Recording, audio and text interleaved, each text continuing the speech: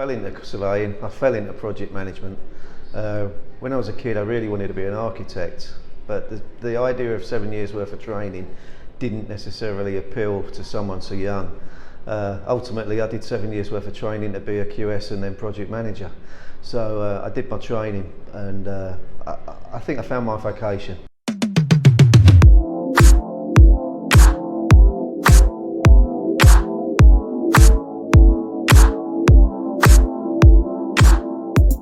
Primarily my day-to-day is running the business, and it's actually doing. I like getting my hands dirty doing. I still enjoy that thrill of providing that unit that the client is expecting but probably doesn't understand in terms of what's drawn. We're sort of implementing what's unseen in their eyes to actually make sure that all the bits join up and link in. One of the earlier jobs we did for Cafe Nero actually was at Chessington Park. We turned what was the Hippo House and the Elephant House into a coffee shop.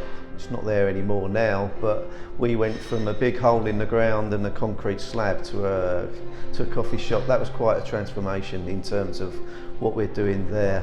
I think if you look at the best transformations that we see is possibly when we're refurbishing existing restaurants and we're taking aspects of a building and reusing that rather than demolish or brand new builds. We're actually taking buildings that have had a history, had a past, and we're actually helping to develop that story and that redevelopment of that unit to actually give it new character, to actually give it a new use, and it's re-enhancing communities in what we're doing, and we're actually changing spaces.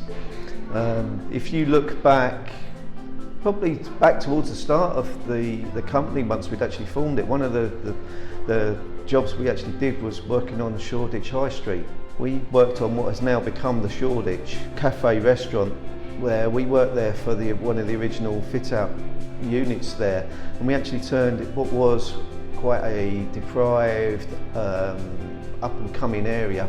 We put in a unit which was quite swiftly became a cultural centrepiece for the local African industry in terms of we put a bar, we put a club in there, and I understand that was very much essentially utilised most weekends by the Afro-Caribbean community in that area as a real hub centre space. Yeah, they put in some big speakers in that space.